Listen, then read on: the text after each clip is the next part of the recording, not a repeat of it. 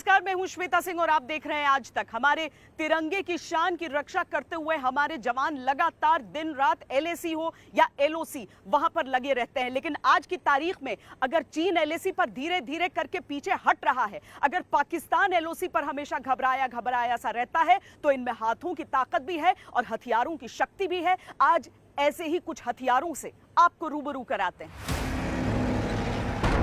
जो अचूक है, अविजित है, अजेय है, वो ही तो भारत की शक्ति है। आपका निश्चय उस घाटी से भी सख्त है जिसको रोज आप अपने कदमों से नापते हैं।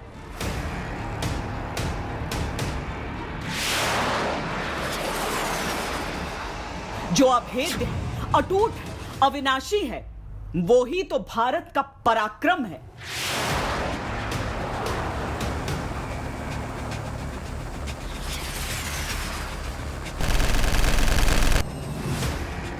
जो शत्रु का निश्चित विनाश है, देश का पूर्ण विश्वास है, देशवासियों की विजय की आस है, वही तो भारत के युद्धवीर हैं।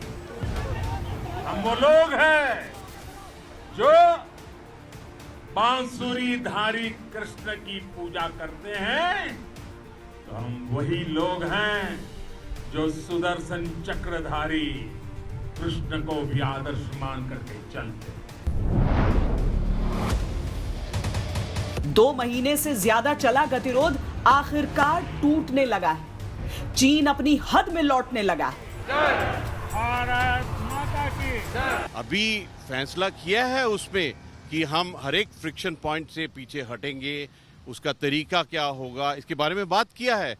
लेकिन एक बात बहुत बड़ी है कि हमने बोला है कि हम इसको वेरीफाई करेंगे। बीच में विश्वास नहीं करते हैं। यूं तो चीन के ऐसा करने के पीछे कई कारण हैं, कुछ रणनीतिक, कुछ कूटनीतिक। हमारी सेना का शौर्य भी, हमारी कूटनीति का धैर्य भी। चाइना ने कुछ हद तक अपने तंबू उठा लिए हैं गलवान वैली से, गाड़ियों को पीछे कर लिया और ट्रुप्स को पीछे कर लिया 1 से 2 किलोमीटर। लेकिन उसके पीछे उनका जो टैंक्स का जमावड़ा है वो अभी भी है और ये चिंताजनक है। हिंदुस्तान को पक्का यकीन करना चाहिए कि टैंक का जमावड़ा भी जब तक वो पीछे नहीं हटाते, क्योंकि 15 मिनट के अंदर वापस आगे आ सकते हैं। ऐसे में हमको बड़े कॉशियस होना पड़ेगा। पहली चीज़ जो थी वहाँ से वो पीछे हटने की उन्होंने जो डिसएंगेजमेंट प्रोसेस शुरू किया है, वो वेरिफिकेशन जरूरी है। लेकिन जो 15-16 जून को गलवान में हुआ, उसकी वजह से एक भरोसा बिल्कुल टूट चुका है। उस भरोसा को कायम करना बहुत ज़रूरी होगा, बहुत देर लगेगी इसको, और हमको हर जगह एक हाई अलर्ट करके, हाई विजिल करके और हर जगह वेरिफिकेशन करके चलना पड़ेगा। पर नहीं, इस बार हम चीन पर विश्वास नहीं करेंगे। अगर भरोसा करेंगे तो केवल अपनी ताकत पर। आज हम भारतीय सैन्य बलों के उन अचूक हथियारों से आपका परिचय कराते हैं जो सबको उनकी हद में रखने में सक्षम है। सबसे पहले भारत के बाहुबली टैंकों से रूबरू कराते हैं। तेज रफ्तार से दौड़ते इन भारी भरकम टैंकों को देखिए। सटीक निशाने पर एक के बाद एक बरसते इन गोलों को देखिए। हवा में मार की इनकी काबिलियत को देखिए। एक नजर आग बरसाती साक्षात मौत को देखिए। टैंकों का अलग ही रुतबा होता है। लोहे के इन योद्धाओं की ताकत ही अलग होती है। ये जब रणभूमि में दौड़ते हैं तो केवल धरती नहीं हिलती, दुश्मनों के दिल हिल जाते हैं। हथियारों में ये महाबली हैं, ये भारतीय सेना के बाहुबली हैं। ये T-90 टैंक है जिसमें हम इस समय सवार हैं। कहा तो इसे T-90 जाता है, लेकिन भारत में इसका नाम है भीष्म। एक और टैंक है हमारे पास जिसका नाम है अर्जुन, विजयंत। दरअसल इतिहास के जो हमारे महापुरुष रहे हैं, इतिहास के जो हमारे योद्धा रहे हैं, उनसे जुड़ते हैं हमारे टैंकों के नाम। जिसकी नजरों में हिंदुस्तान के लिए खोट हो, वो देख ले देश के इन रक्षकों को, क्योंकि अगर इन्होंने देख लिया तो फिर कुछ करने या सोचने तक का वक्त नहीं मिलेगा। अंत निश्चित है।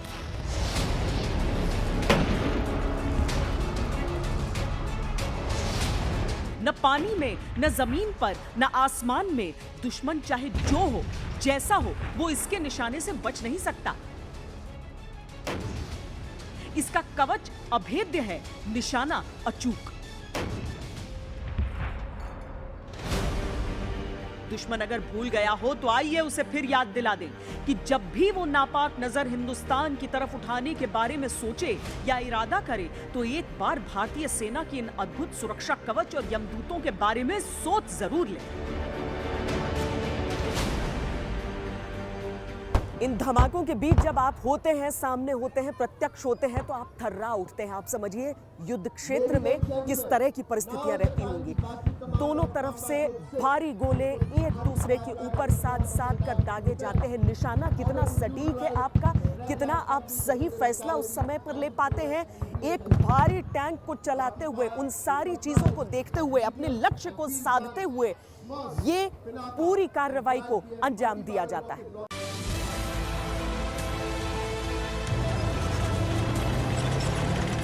इसकी चाल दुश्मनों के सीने पर खौफ की शक्ल में सरपट भागती।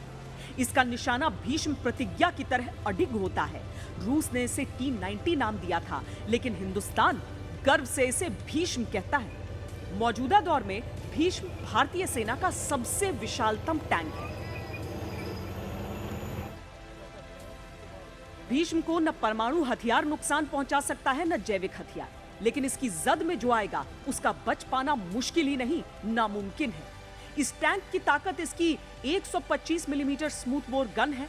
इस गन से कई तरह के गोले और एंटी टैंक मिसाइल दागे जा सकते हैं। इसमें ऑटोमेटिक लोडर है, फायर कंट्रोल सिस्टम भी।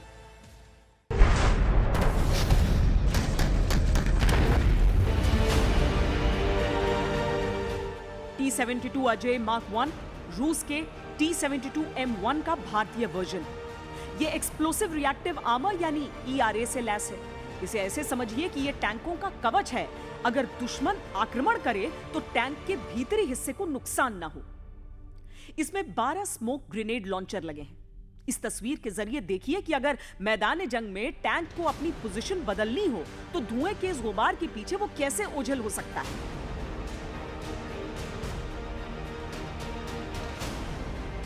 T-72 अजय में एक 125 mm smooth bore tank gun लगा है। एक 7.62 mm calibre PKT machine gun है जिसमें 250 राउंड इस्तेमाल को तैयार एम्यूनिशन है, और कमांडर के सामने 12.7 mm calibre NSB machine gun है। विजय या वीरगति के आह्वान के साथ इस तरीके से आप देखिए कि टैंक यहां पर गरज पड़े हैं। जोजिला पास की ऊंचाइयों से लेकर रेगिस्तानी रेतीली जमीन तक ये टैंक कितने कारगर रहे हैं, ये भारतीय सेना ने युद्ध दर युद्ध अपने आप को साबित करके दिखाया है। यहाँ पर इस पूरी परिस्थिति को आप देखिए कि किस तरीके से यहाँ पर टैंक लगे हुए हैं और उन्हें एक तरह से आसमानी सपोर्ट वहां से दिया जा रहा है। और यह आसमान से लेकर जमीन तक की जो लड़ाई है, जिसमें सभी सेना के अंगों को एक साथ मिलकर युद्ध लड़ना है, एक साथ मिलकर दुश्मन को शिकस्त देनी है।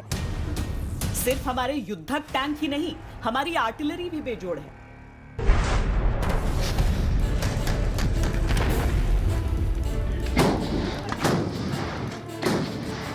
ये है M777A2 अल्ट्रालाइट हाउइट्जर। इसकी रेंज है 30 किलोमीटर। ये इतना हल्का है कि इसे युद्ध क्षेत्र में एयर लिफ्ट किया जा सकता है। अमेरिकी सैनिकों ने इसका प्रयोग अफगानिस्तान में किया था। भारत के पाकिस्तान और खासकर चीन से लगे इलाकों में यह बहुत उपयोगी है। भारत और अमेरिकी सरकार के बीच 2017 में हुए करार के तहत 145 हाउइट्जर 5000 करोड़ की कीमत पर हासिल किए गए थे।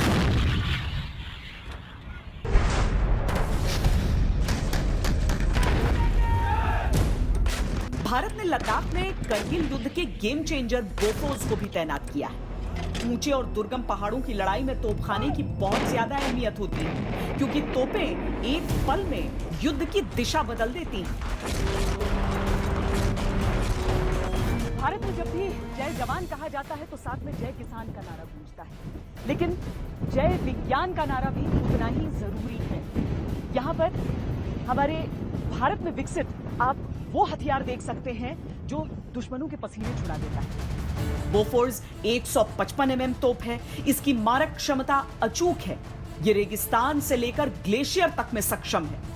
आज जो बोफोर्स हम इस्तेमाल करते हैं वो अपग्रेडेड वर्जन है, जिसमें 45 कैलिबर के गोले भी इस्तेमाल होते हैं। सियाचिन की कठिन पहाड़ियों में, यहाँ की जटिल परिस्थितियों में अगर दुश्मन के दिन कुछ और मुश्किल करने वाला कोई है तो वो है ये हमारे हथियार, जो पाकिस्तान के दिल में कुछ इस तरह की दहशत पैदा करते हैं कि सियाचिन में जो एक दफा उसने गलती की थी उसके बाद दोबारा नहीं करता। क्योंकि भले ही यहाँ पर युद्ध विराम है, लेकिन तैनाती कठोर से कठोर मौसम में भारत के सैनिकों को यहाँ पर रखनी ही होती है, भारतीय सेना को यहाँ पर रखनी ही होती है। कई दफा इस बारे में चर्चा हुई कि क्या यहाँ से तैनाती हटा लेनी चाहिए, लेकिन पाकिस्तान की जो मौका परस्ती है वो इस बात की इजाजत ही नहीं देता है।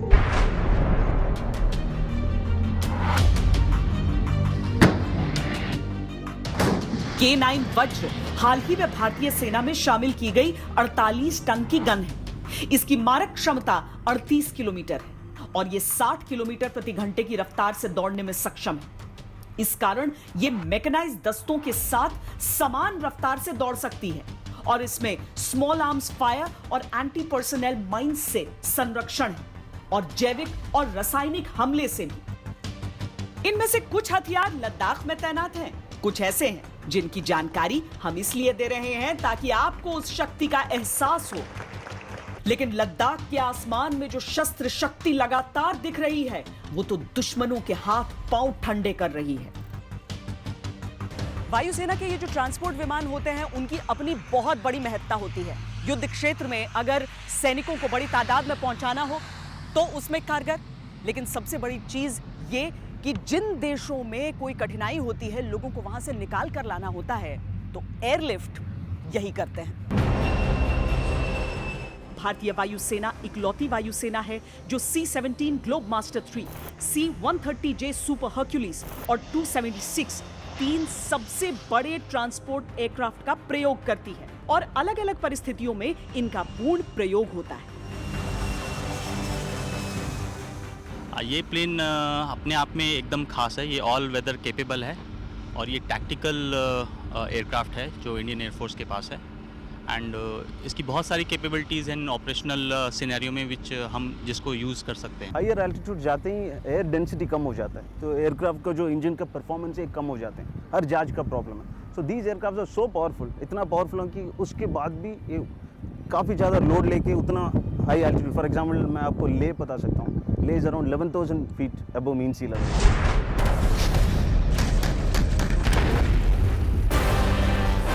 दरअसल हर छोटे बड़े ऑपरेशन में लॉजिस्टिक्स की आवश्यकता होती है। भारतीय वायुसेना की कार्गो फ्लीट की जिम्मेदारी है निर्धारित क्षेत्र तक सैनिक और उपकरणों की जल्द से जल्द तैनाती, और इसके लिए वायुसेना के पायलट्स और इंजीनियर्स 24 घंटे मुस्तैद रहते हैं। कभी भी 24 आवर में कभी भी हमें कॉल आ सकता है और उसके लिए हम लोग तैयार रहते हैं हमेशा। हमें गर्व होता है कि हम भारतीय वायुसेना का पार्ट हैं और देश के लिए इतना कुछ कर रहे हैं। आर्मामेंट रोल के लिए भी जैसे कहीं जाना है तो आर्मामेंट रोल के लिए तैयार होता है, एम्बुलेंस भर्सन के लिए तैयार होता है, नॉर्मल फ्लाइंग के लिए तैयार होता है, नॉर्मल एक्टिविटी के लिए।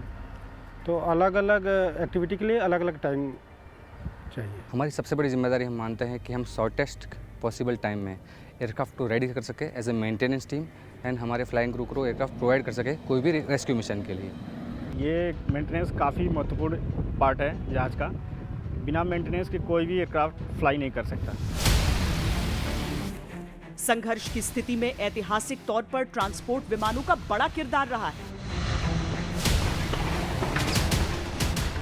1971 की युद्ध में जब पाकिस्तान के साथ पूर्वी और पश्चिमी दोनों मोर्चों पर लड़ाई चल रही थी, तब तेजी से ट्रूप मूवमेंट इन्हीं की कार्यकुशलता से संभव हुआ था। वो राष्ट्र रक्षा का जज्बा ही होता है जिससे लगातार एक के बाद एक युद्ध क्षेत्र में ये उड़ान भरते हैं।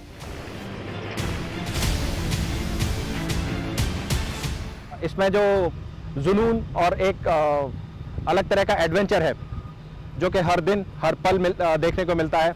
अलग अलग तरह के मिशंस करने को मिलते हैं, उसने मुझे सबसे ज़्यादा प्रेरित किया। For a transport pilot, it is not only about flying the aircraft, it is also about how you go, where you go and what you do.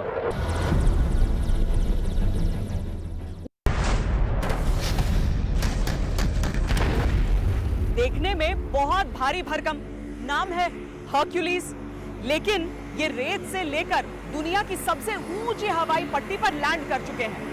कहने का मतलब ये कि इन्हें कहीं पर भी लैंड करने के लिए बहुत ज्यादा जगह की आवश्यकता नहीं होती है, और इसीलिए जिस तरह के ऑपरेशंस होते हैं, जिस तरह की आवश्यकताएं होती हैं, बहुत कारगर, बहुत सटीक साबित होते हैं।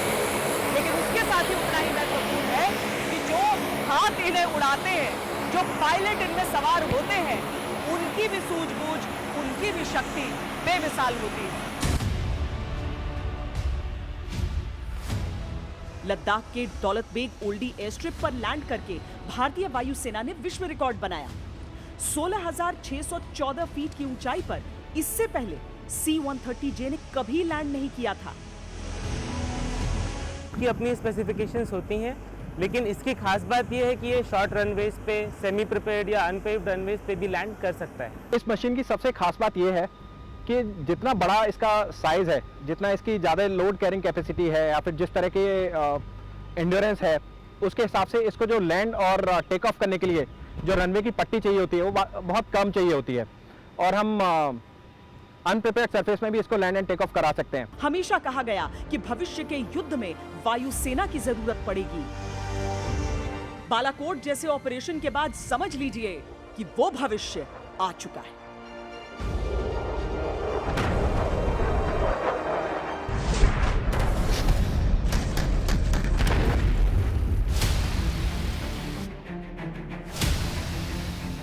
भारतीय वायुसेना के नवीनीकरण के लिए एक तरफ राफेल जैसे घातक फाइटर बेड़े में शामिल किए गए हैं, तो अपाचे जैसे अटैक हेलीकॉप्टर हैं जो युद्ध की स्थिति में आक्रमण मजबूत करेंगे। ऐसा ही किरदार है चिनूक हेलीकॉप्टर्स का। ये भारतीय वायुसेना के चिनूक हेलीकॉप्टर्स हैं।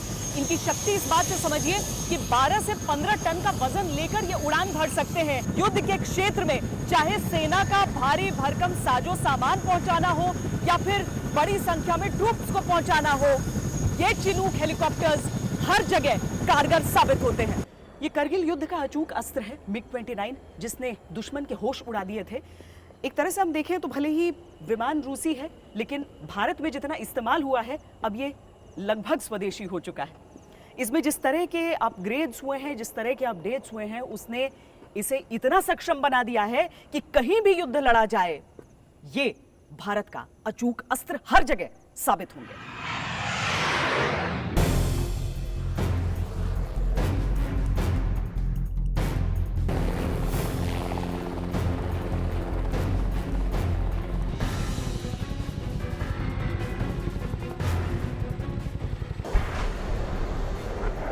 आकाश में मंडराए भारतीय बाज तो बिल में छिपा ड्रैगन। भारत ने भी इस प्रकार से बहुत कुछ अपना एंटी एयर डिफेंस भी कर लिया है। बाकी नए हथियार, टैंक्स T-90, उसके बाद M777 जो गन्स हैं, हमारे अपाचे के जो अटैक हेप्टर हैं, उनका इस्तेमाल भी के लिए हमने भेज दिया है, और जो फॉरवर्ड एयर फील्ड हैं उनको एक्टिवेट कर दिया है।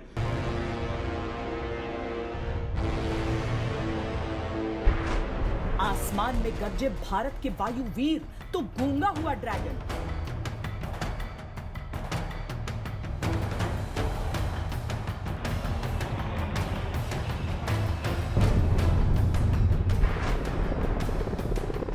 नभ में चमका भारतीय शौर्य तो घबरा गया ड्रैगन।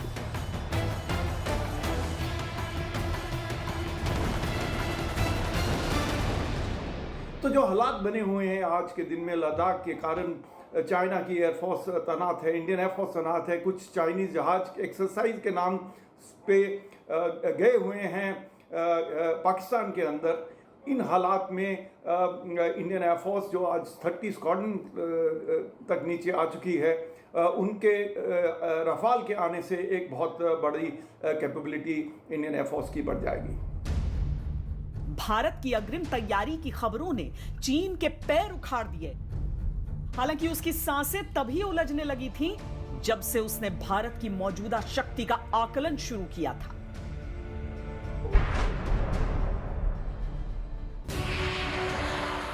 भारतीय वायुसेना MiG-29, MiG-27 और MiG-21 विमानों का भी प्रयोग करती है। MiG-29 twin engine single seater air superiority लड़ाकू है। इस विमान का शक्ति प्रदर्शन हमें लगातार लद्दाख के आसमानों में देखने को मिला।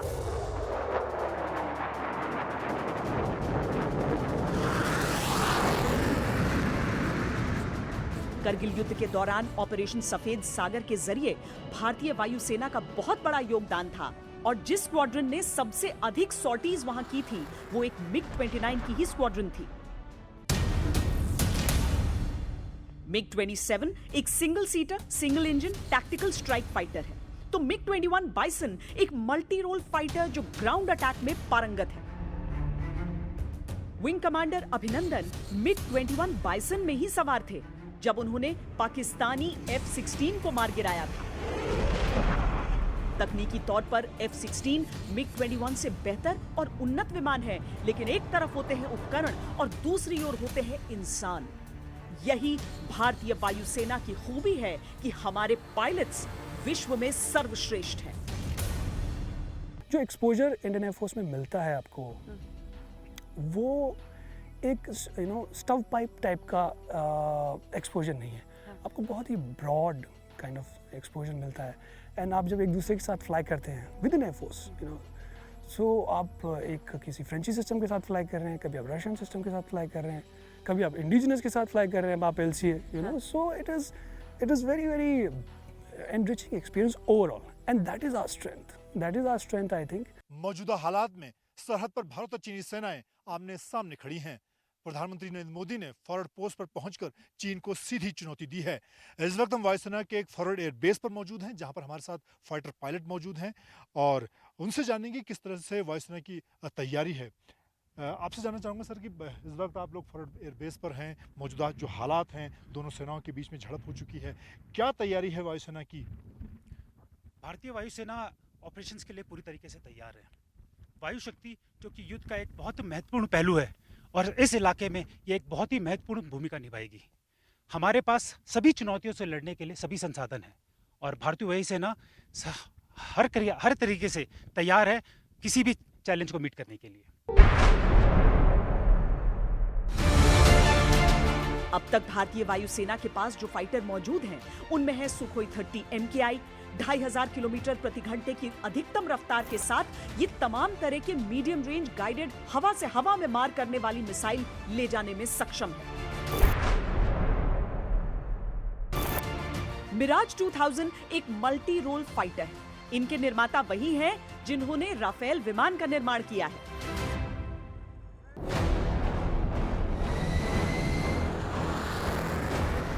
छब्बीस फरवरी को भारतीय वायुसेना के 12 मिराज विमान पाकिस्तानी सीमा में दाखिल हुए थे और जैश के टेरर लॉन्च पैड पर लेजर गाइडेड बम गिराकर एंटी टेरर मिशन पूरा किया था।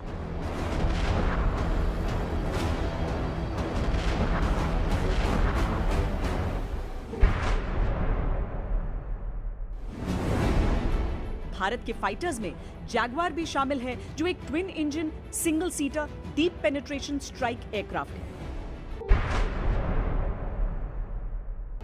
और साथ ही है स्वदेशी तेजस, जो अपनी श्रेणी का सबसे छोटा और सबसे हल्का मल्टी रोल सुपरसोनिक फाइटर है। देखने में छोटा है लेकिन गंभीर घाव करने में सक्षम। ये हमारा स्वदेशी था, इंडिजिनस था। इस कारण जो है मैंने क्यूरियोसिटी थी हमारी कि मैं एक बार तेजस में बैठूं और मैं ये अनुभव करूं कि वास्तव में तेजस की फ्लाइंग कैसी होती है और किन परिस्थितियों में हमारे जो पायलट्स होते हैं उनको इस प्रकार के फाइटर प्लेन्स को फ्लाई करना पड़ता है। इस कारण मैं बैठा। दुश्मन जब सामने आता है तो दिन का उजाला ढूंढकर नहीं आता है, बल्कि रात के अंधेरे में दबे पांव भी आता है और इसीलिए वायुसेना की जिम्मेदारी अतिरिक्त बढ़ जाती है। जितना दिन में हम फ्लाइंग का अभ्यास देखते हैं उतनी ही रात को तरजीह दी जाती है, रात को तवज्जो दी जाती है। हालांकि यहाँ पर आप सिर्फ वो आवाज़ सुन सकते हैं, रात के अंधेरे में आप उन विमानों को देख नहीं सकते हैं, लेकिन अभ्यास चल रहा होता है क्योंकि रात की जो फ्लाइंग होती है उसकी कुछ खास जरूरतें होती हैं जो सिर्फ और सिर्फ अभ्यास से ही परफेक्ट किया जा सकता है।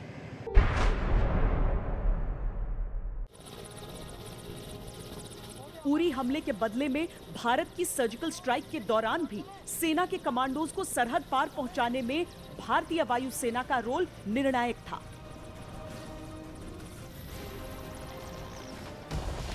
Mi-17 V5 medium lift helicopter है जो 4 टन तक वजन उठाने में सक्षम है। यह हेलीकॉप्टर साजो सामान से लैस 20 से 22 सैनिकों को आसानी से तैनाती के लिए ले जा सकते हैं। ये अपाचे हेलीकॉप्टर है, भारतीय वायुसेना का सबसे नया मेहमान। एक अटैक हेलीकॉप्टर है। भारतीय वायुसेना की क्षमता पूरी दुनिया में कई गुना इसके साथ बढ़ गई, क्योंकि बहुत सारी चीजें इसमें ऐसी हैं जो दुनिया में कहीं नहीं पाई जाती। मसलन ये कि जब यह हवा में उड़ान भरता है तो हवा से हवा में मार करने की क्षमता देता है। अमेरिका में निर्मित अपाचे हेलीकॉप्टर दिन और रात में उड़ान भरने में सक्षम है, हर तरह के मौसम के अनुकूल, युद्ध की स्थिति में अचूक है और उड़ान के दौरान अगर दुश्मन का निशाना भी लग गया तो नुकसान झेलने की क्षमता भी है। इसके नोज पर सेंसर लगा होता है जिससे टारगेट पर निशाना साधा जा सकता है। फाइटर प्लेन्स की तरह ये भी दुश्मन के क्षेत्र में आतंक निरोधी एक्शन में सक्षम है। ये डेफिनेटली अपना जो फायर पावर और एक्यूरेसी है इसमें गेम चेंजर है। So air force is looking forward to this change. किसी भी एयरबेस के लिए जरूरी है कि जितना अच्छा उसके आक्रमण की क्षमता है, जितनी मजबूत आक्रमण क्षमता है, उतनी ही अच्छी उसकी रक्षा प्रणाली भी हो। जो भारत के बारे में, भारतीय वायुसेना के बारे में खास बात है वो ये कि हम मशीनों पर कम निर्भर करते हैं और इंसानी शक्ति पर ज्यादा निर्भर करते हैं। अधिकतर फाइटर एयरबेस की दूरी सीमा से बहुत ज्यादा नहीं होती ताकि आक्रमण की स्थिति में बिल्कुल समय न लगे। लेकिन इसका एक और मतलब होता है कि ये भी दुश्मन के निशाने पर रहते हैं। पाकिस्तान के खिलाफ हुए हर युद्ध में इन्हें निशाना बनाया गया, लेकिन अगर दुश्मन कभी भी कोई नुकसान पहुंचाने में कामयाब नहीं हुआ तो इसकी वजह है हमारी रक्षा प्रणाली।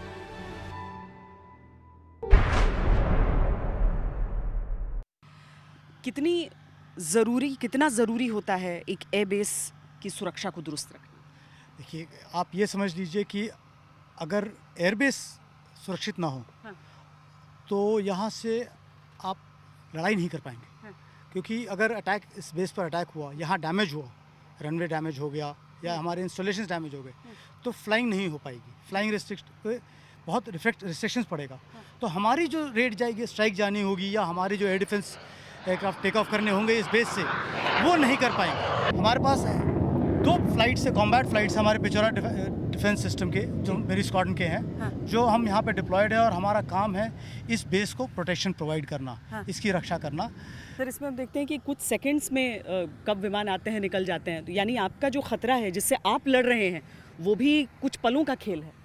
बिल्कुल सही कहा आपने, कुछ पलों का ही खेल है। क्योंकि जो जहाज़ है, जो दुश्मन का जहाज़ आएगा वो हमारे ऊपर आएगा लगभग 900 से 1100 किलोमीटर प्रति घंटे पे। अच्छा, मीटर्स में बात करें तो 250 से 350 मीटर प्रति सेकंड उसकी गति है जी। उस स्पीड से आ रहा है वो जहाज़। तो उसे उतनी जल्दी डिटेक्ट करके उसे ढूंढ कर उसके ऊपर लॉक लेकर इसे मारना है और फिर उसके साथी जहाज़ पे भी जाना है।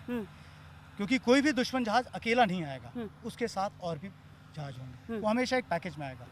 तो उन सभी जहाज़ों को दूर ही मारना है ताकि इससे पहले कि वो अपने वेपन लोड हमारे ऊपर डाल सकें। भारत की रक्षा प्रणाली की विस्तृत तस्वीर भी हम आपको दिखाते हैं। AWS यानी आकाश वेपन सिस्टम, ये रक्षा प्रणाली भी है और दुश्मन के हथियार की टोह भी लेता है। इसकी डिजाइनिंग से लेकर निर्माण तक शुद्ध रूप से भारतीय है। ये एक ऐसा डिफेंस सिस्टम है जो जमीन से हवा में मार करने वाले सुपरसोनिक मिसाइलों से लैस है। स्वदेशी तकनीक से विकसित पहली मिसाइल प्रणाली। आकाश हथियार प्रणाली को वायुसेना और थल सेना दोनों में शामिल किया गया है।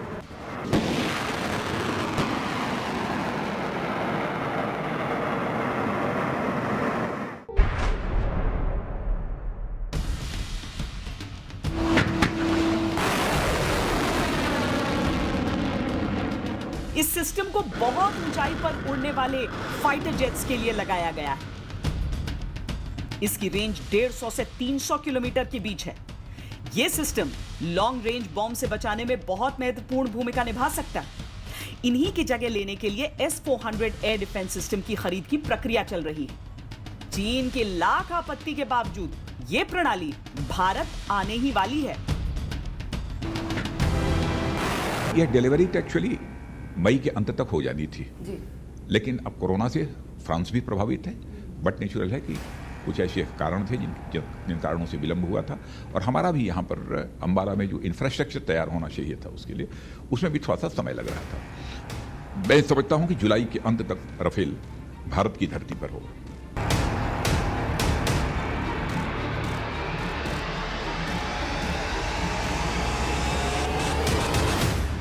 दुनिया के सबसे आधुनिक विमानों में से एक, समूचे क्षेत्र में इतना ताकतवर फाइटर किसी के पास नहीं।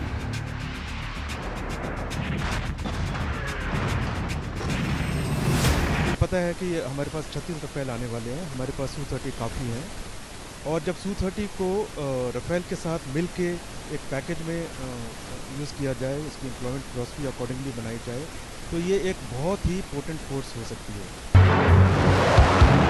राफेल एक ट्विन इंजन फाइटर एयरक्राफ्ट है जो सभी कॉम्बैट एविएशन मिशन में सक्षम है। बहुमुखी राफेल वायु में श्रेष्ठता और रक्षात्मक भूमिका निभा सकता है। क्लोज एयर सपोर्ट हो या सटीक इन डेप्थ स्ट्राइक या फिर टोही विमान की जिम्मेदारी, राफेल ये सब कर सकता है। साथ ही इसमें खूबी है एंटी शिप स्ट्राइक और परमाणु अवरोध की।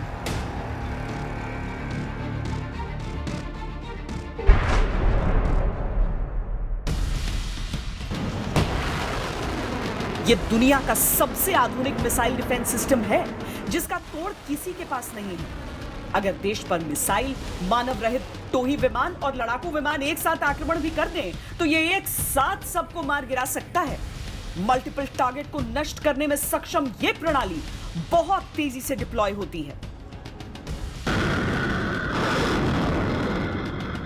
ये उन चंद हथियारों में शामिल हैं जिसकी वजह से हमारे दुश्मन हमसे थर-थर कांपते हैं, लेकिन हकीकत सबसे बड़ी यही है कि इन हथियारों से भी मजबूत हैं हमारे हाथ।